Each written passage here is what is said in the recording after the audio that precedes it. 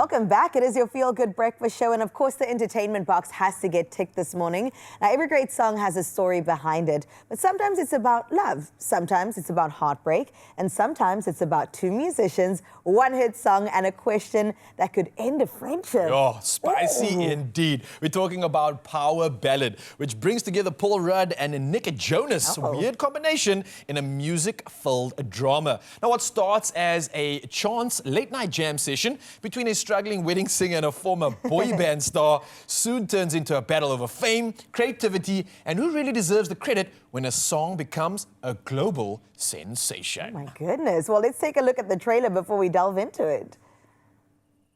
Now, they're just starts, okay? But you get the vibe.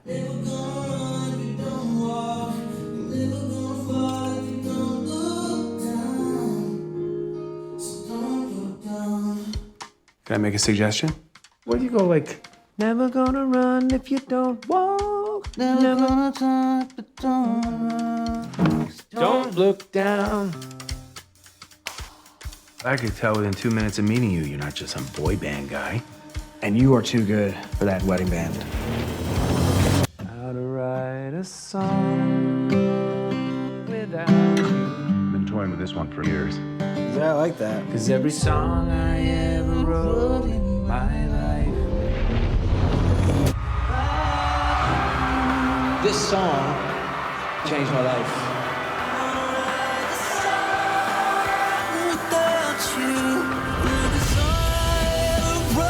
It's my song. I wrote it. Do you think it is easy to turn a song into a hit? So good. Yeah.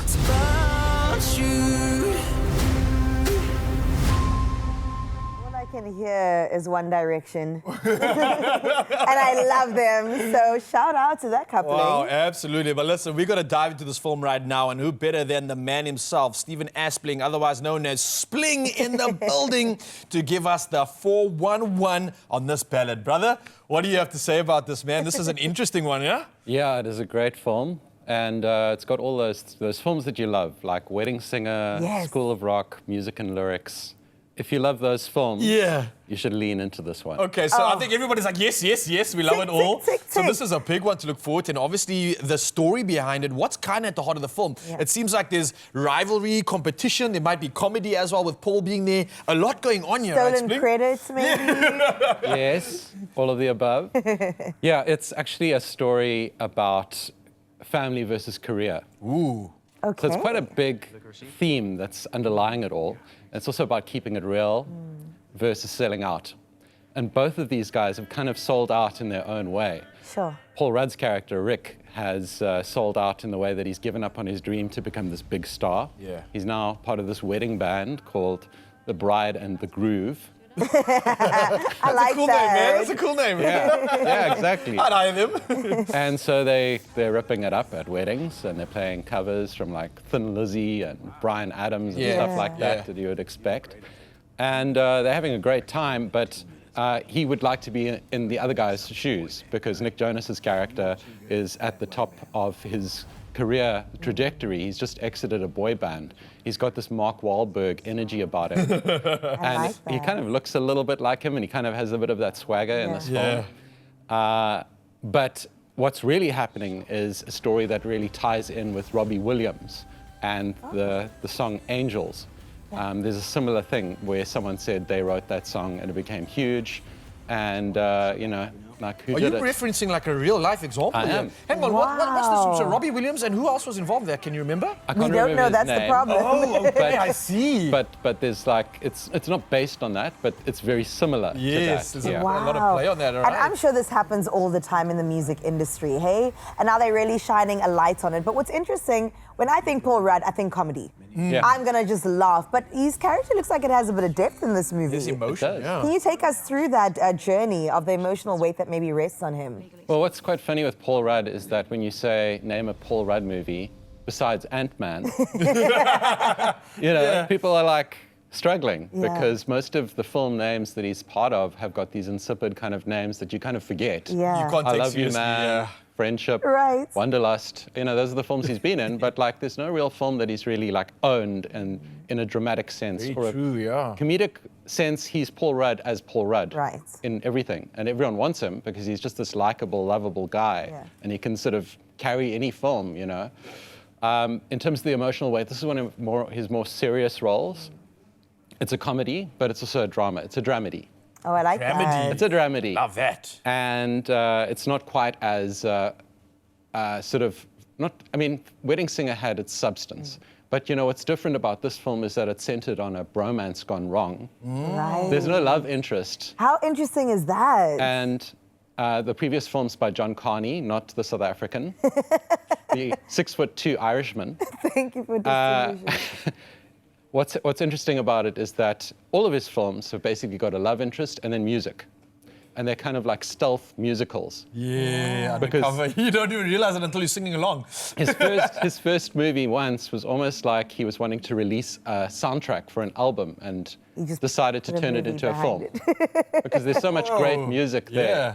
And it won an Oscar for the Falling Slowly song, which features in Power Ballad. But yeah, so it's basically Paul Rudd doing something much more dramatic. It's actually one of his best performances. Oh, wow. And I'd actually love to see him just do like a Adam Sandler, Rain on Me, kind of straight up, Sure, yeah. like dramatic performance or Uncut Gems vibes. Yeah. Yes. And I mean, Paul's had so much experience in film over the years. I mean, I'd love to see what that talent actually surmounts to. And I don't feel like he's ever truly showing it off, especially his The actual range, caliber of range in acting skills. I want to talk though about Jonas, who plays Danny here. Yeah. Would you call him like the protagonist? Is he like the opposite end of the spectrum, like juxtaposition I think you're against looking for antagonist. antagonist? That's the one. Is he the antagonist here? He is. Okay. But you know, the thing these days with a great antagonist is they're not twirling their moustache. They're not scheming in the dark room. You know, with they his actually fingers think coming they're a good together. guy. They actually think they are the hero in the story. And you know, it's so difficult to see greed in the mirror. And with Sure. Nick Jonas's performance here, he's playing a villain who doesn't really know he's a villain. He's justified it in his own mind as to why he deserves this, why he's entitled Yeah. to this whole song and the credit and not having to worry about this little guy who's just sort of steamrolled over. He's given him like this old guitar that's like worth something, and he's like, "Well, thanks, buddy. Thanks for the Let's call inspiration. But I'll carry on with the 500 million views. Crazy. And if you don't mind, just like not calling my home."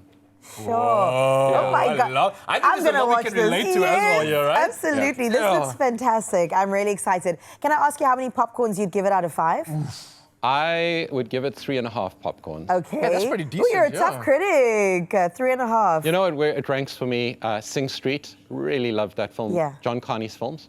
Sing Street, Once, Begin Again, and Power Ballad I'd kind of put on a level Over pegging. there. Okay. Yeah. Well, listen, this is something I'm definitely going to get involved in.